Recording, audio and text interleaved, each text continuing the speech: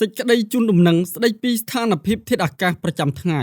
បើយោងតាមក្រសួងធនធានទឹកនិងឧតុនិយមដែលបានជូនដំណឹងនៅថ្ងៃទី3ខែធ្នូនេះបានឲ្យដឹងថា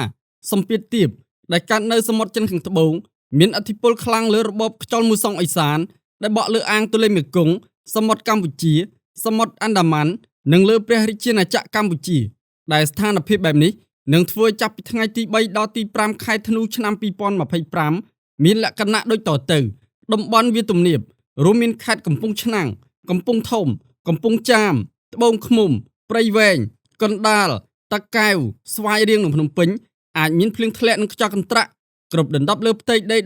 15% ចំណែកឯខេត្តសៀមរាបបន្ទាយមានជ័យបាត់ដំបងនិងពោធិ៍សាត់ពុំមានភ្លៀងធ្លាក់នោះទេហើយមានសីតុណ្ហភាពមធ្យមអបបរមា20អង្សាសេនិងសីតុណ្ហភាពមធ្យមអតិបរមា29អង្សាសេខ្យល់បក់ពីទិសឦសាននិងបូរមានល្បឿនមធ្យម5ម៉ែត្រក្នុង1វិនាទីតំបន់ខ្ពង់រាបរួមមានខេត្តកំពង់ស្ពឺព្រះវិហារក្រចេះស្ទឹងត្រែងរតនគិរីមណ្ឌលគិរីជួរភ្នំដងរែកនិងតំបន់ជួរភ្នំក្រវាញអាចមានភ្លៀងធ្លាក់និងខ្យល់កន្ត្រាក់គ្រប់ដណ្ដប់លើផ្ទៃដី